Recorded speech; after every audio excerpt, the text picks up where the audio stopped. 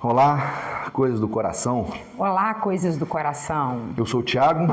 Eu sou Patrícia. Estamos aqui para conversar com vocês sobre uma das partes mais importantes da metodologia Gestão Inteligente de Ansiedade.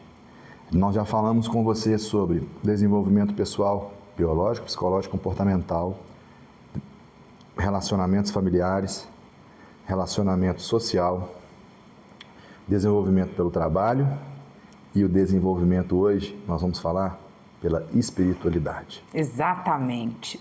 Fica até o final que é muito interessante os casos que vocês vão entender agora que espiritualidade não é sobre religião, mas sobre exercício da fé. Da fé, exatamente. Quando você tem propósito no trabalho e foco, o exercício da fé é muito fácil. E aí tudo que faz ser social, familiar, onde que a gente adoece e se cura nos relacionamentos, passa a fazer mais sentido. E aí o nosso autoconhecimento gera mais autocuidado, mais autorregulação biológica, psicológica e comportamental. Quer saber mais um pouco sobre isso? Então vamos lá. Todo mundo quer, né, gente? A gente tende a confundir um pouco a espiritualidade com a religiosidade, né? Sim. E não tem nada a ver uma coisa com a outra. Ser religioso não quer dizer que é espiritualizado. Exatamente. E nem que você tem fé. E nem que tem fé, muito menos. Né? Por exemplo, todos os dias de manhã eu acordo, passo café e religiosamente leio o meu jornal. Já ouviu dizer isso? Já. Não quer dizer que a pessoa é espiritualizada, que ela tem fé, que ela tem crença no seu propósito pessoal, compreensão dos seus relacionamentos familiares e sociais, nem que ela está se desenvolvendo pelo trabalho, que muitas vezes as pessoas estão trabalhando só para pagar a conta e não para ter satisfação, felicidade, alegria. Que dinheiro não compra alegria, não. Mas manda buscar um tanto de coisa que é importante para você. Sim. Porque facilita a vida. Sem o dinheiro, uma frase que nós escutamos, nós aprendemos no Vale do Jequitinhonha em 2006. Quando o dinheiro pula pela porta da frente, o amor sai pela de trás. Em casa que falta pão, todo mundo discute e ninguém tem a razão. Pois é. Então, todas essas partes da nossa vida em equilíbrio, essas energias, são a única maneira de alcançarmos uma felicidade que não é plena, não é o dia inteiro. Felicidade não é felicitocracia de ficar postando no Instagram, postando no TikTok, como se estivesse tudo bem. Nós vamos ter intempéries durante o dia, durante a nossa felicidade, durante os períodos. Olha para vocês verem.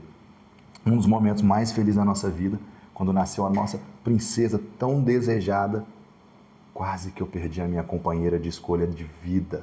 Exatamente. Ela quase foi, ela bateu lá na trave, mas a fé, a crença que a gente já tem muito serviço para fazer junto, colocou a gente de volta no trilho. E eu quero contar sobre isso. Em 2022, 2019 foi a última vez que o meu pai, ele sofre de Alzheimer, já contei isso em outros vídeos. 2019 ele conseguiu sair da casa dele e até onde eu estava era longe, era tipo 25, 30 quilômetros, e voltar para casa, ainda sem se perder no itinerário, então ainda estava bem.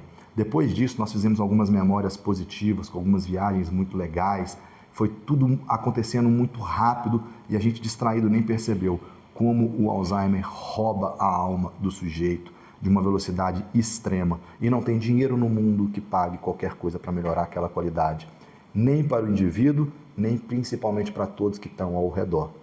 Mas a minha gratidão era muito grande e eu queria poder ajudar mais.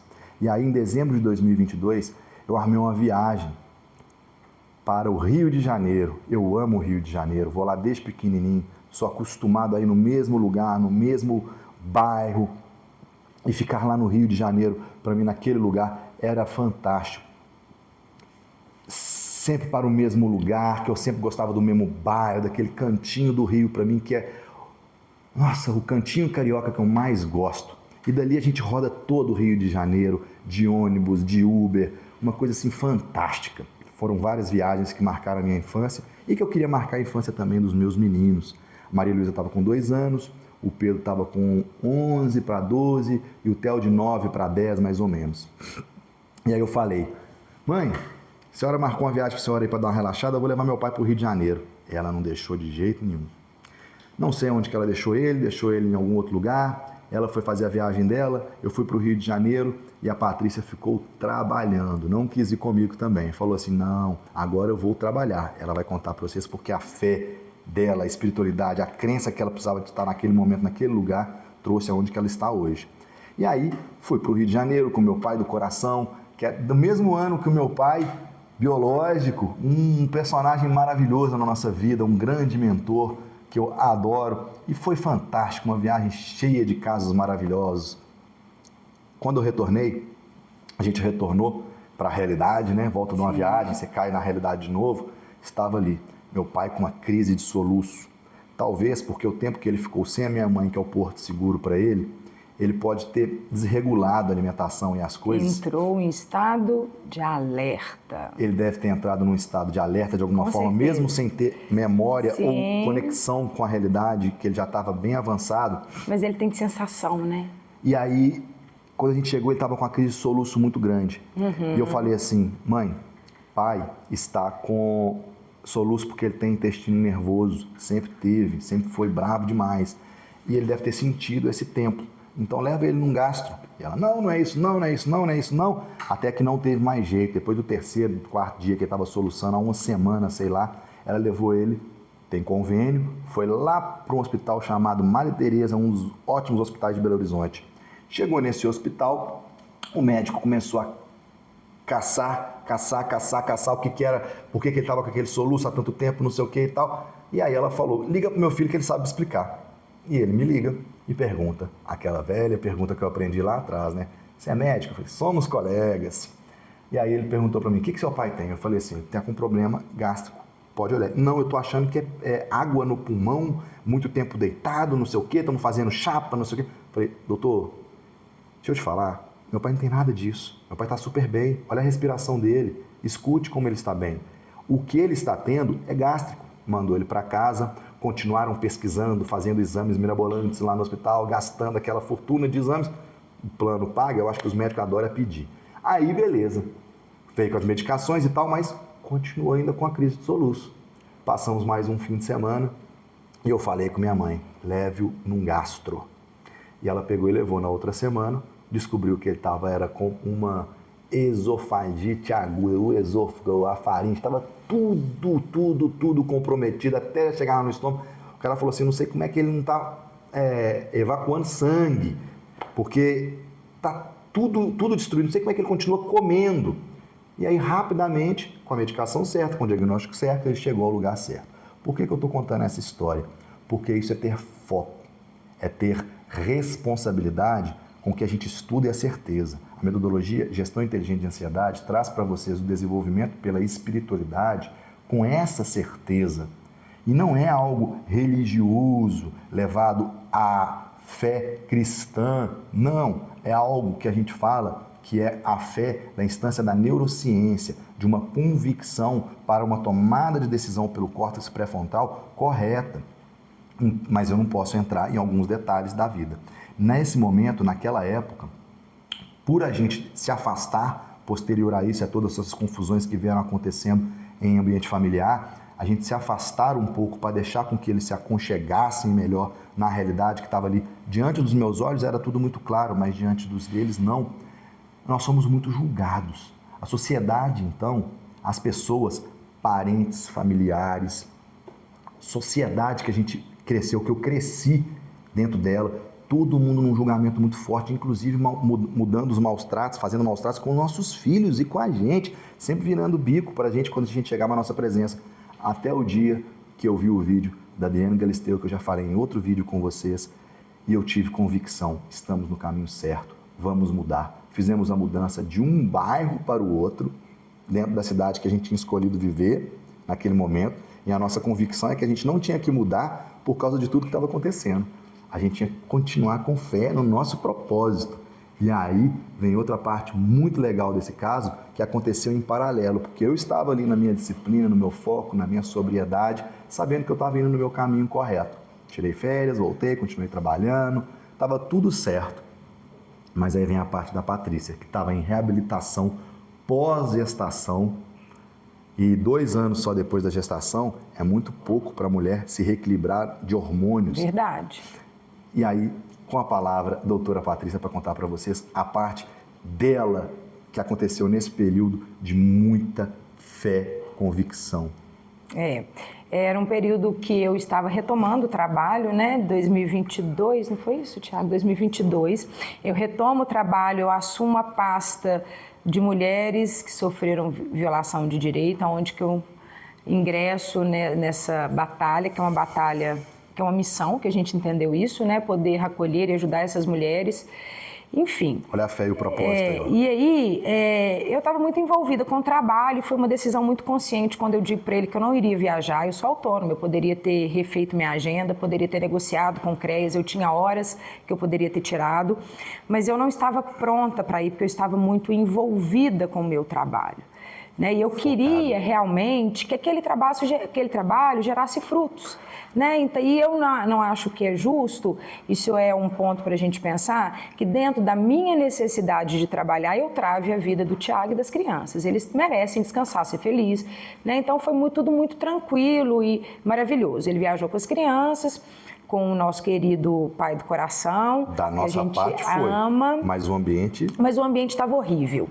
E o ambiente estava horrível numa situação seguinte: quando adoece uma pessoa na casa, é muito comum que a família se desentenda porque procuram-se culpados. Não existe culpado.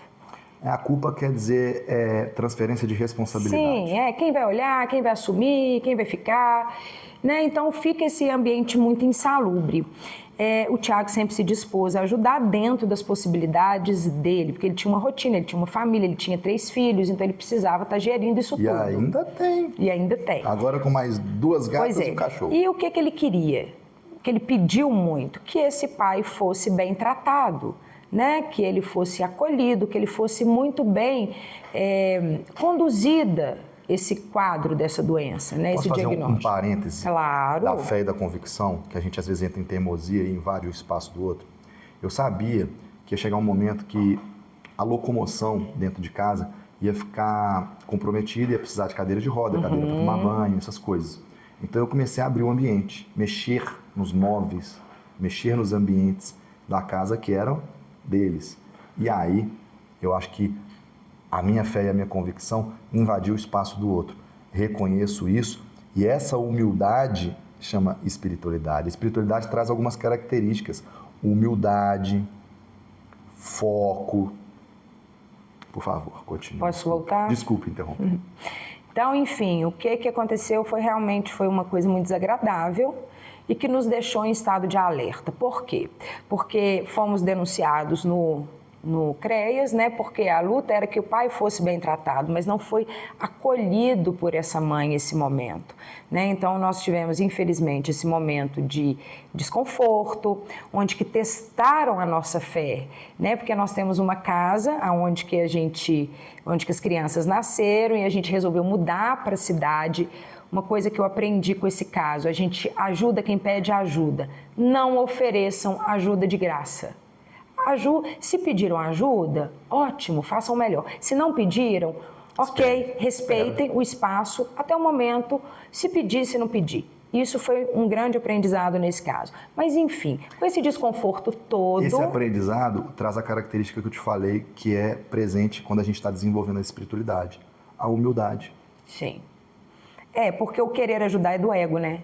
Por que você quer ajudar sem você ter sido convocado? O auge do meu egoísmo é querer ajudar. Né? Não existe isso. Então isso é do seu ego, do nosso ego, de eu querer ajudar, de eu achar que eu posso fazer esse movimento, mas ninguém te pediu. A humildade é saber reconhecer a sua potencialidade e saber reconhecer a do outro e quem tem o merecimento daquilo. Exatamente. Isso é humildade. Humildade não é falta, ser desprovido das coisas. Você pode ser muito próspero, ter bastante coisa e ser humilde. Manter-se humilde, sabendo o que você merece ter, sendo o que você trabalha para ter e sendo quem você quer e deseja ser. Esse é o respeito. Por quê? Porque os filhos crescem. E quando os filhos crescem, o que os pais devem fazer é permitir com que eles vão e formem suas famílias. Nessa época, a espiritualidade me ensinou uma coisa muito importante. Não há dívidas de uma geração para a outra. Eu não tenho dívida com meus pais, eu não tenho dívida com meus filhos. Eu tive meus filhos por uma reação minha pessoal, uma realização minha e da Patrícia.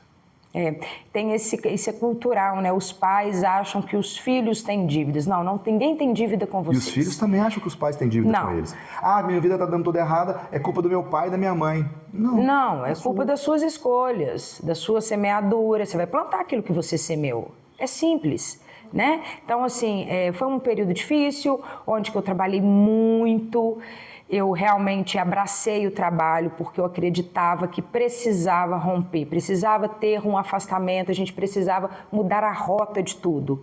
E o que me manteve acreditando, trabalhando, foi a minha fé de que seria possível. O seu trabalho é o seu propósito. Exatamente. E não é por caridade, tá, pessoal? Porque caridade é ajudar ao próximo, sim. Mas quando você ajuda ao próximo, você tá usando uma das leis do universo, que a gente aprendeu na espiritualidade, chamada causa e efeito. Tudo que você faz tem uma recompensa. Então, o que você quer realmente? Porque o auge do meu egoísmo é querer ajudar, mas o outro quer ser ajudado. O que eu quero com isso? Exatamente. Então, assim, foi um período difícil, onde que eu entendi o quão importante é a nossa fé em nós mesmos. Quando você tem fé na espiritualidade, você desenvolve a fé em você, a confiança em você, que você é capaz, que esse período está difícil, mas que ele vai melhorar, que vai passar. E você continua a caminhada, porque você é movido pela fé. Muitas vezes você não sabe se vai ter um chão para você pisar ali nessa caminhada, mas você vai, que você tem fé. E naturalmente o chão vai sendo organizado por algo maior. E o grande movimento do desenvolvimento pela espiritualidade, quando a gente fala dentro da metodologia GIA, é que isso não faz parte de fantasia ou sonho. Você já trabalhou isso lá no autoconhecimento, já trabalhou nos relacionamentos familiares, já compreendeu muito das relações sociais, dos comportamentos que você tenta de autorregulação, que acabam sendo autossabotagem, que a gente falou muito nos outros vídeos. E do desenvolvimento pelo trabalho, porque que é o propósito da gente estar fazendo aquilo ali. E aí, quando vem a fé e a espiritualidade, parece que ela azeita, ela unta tudo isso, faz tudo parecer fazer muito mais sentido. E traz pra gente algumas sabedorias que muitas vezes a gente se pergunta, de onde que a gente tirou isso? De onde que isso veio para mim, essa luz? É da espiritualidade, é do campo que todos os seres humanos estão conectados. O nosso coração, quando o meu coração bate, e ele, pelo nervo vago, ativa o meu sistema límbico, ele emana uma radioatividade que está conectada com todo mundo. Todos nós estamos conectados. Já imaginou quando você viaja com a família e fica 20 dias juntos? Quando a família vem para sua casa, o pessoal fica um tempão junto. Como é que todo mundo começa a entender a sincronia de cada um dos outros? Quem vive debaixo do mesmo teto mantém essa sincronia. Quem trabalha dentro da mesma empresa mantém essa sincronia energética. Quando chega uma pessoa estressada no ambiente, ela é capaz de perturbar o coração de todo mundo, deixar todo mundo em alerta. Mas quando está todo mundo estressado e chega uma pessoa muito calma, o que ela faz? Ela acalma. Ela acaba acalmando todo mundo. Um coração calmo comunica com outro coração calmo, que comunica com outro coração calmo. E esse é o grande passo de espiritualidade que a metodologia GIA traz para a gente. Conectar pessoas em propósitos de bem-estar e qualidade de vida. Exatamente, isso é completamente possível.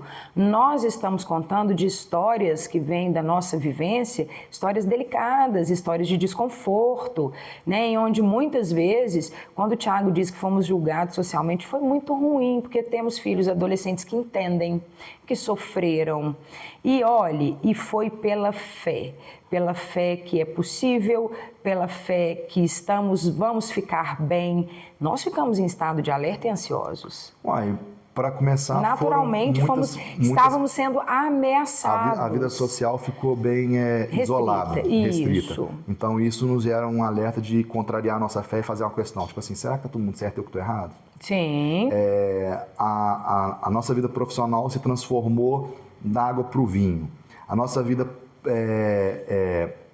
pessoal, houve uma mudança, uma ruptura de lugar. A gente saiu de uma casa pronta, de um lugar pronto, para ir montar outro, para construir tudo de novo, do zero, lá do chão. Do zero não é, porque lá não estava alugado, mas 2 meses depois que a gente alugou uma outra casa, a gente conseguiu, então, o aluguel da outra parte, que já começou a dar uma ajuda. Então, as coisas foram se encaixando de uma forma tão perfeita que eu digo, isso aí não é destino, isso é fé, é espiritualidade, é convicção que você está no seu próprio caminho e acreditar principalmente na coisa que a Patrícia acabou de dizer que é muito importante. Que quando você não vê o chão, dê o passo. Que ele aparece. Isso. E fé é positividade. É você entender que mesmo no caos, naquela problemaiada toda que acontece com você, que algo muito importante, bom, tem ali atrás para ti, para aparecer, para te ensinar. Né? Então, assim, os ensinamentos, eles vêm com os desconfortos. E a gente passa pelo desconforto e a gente aprende quando a gente tem fé.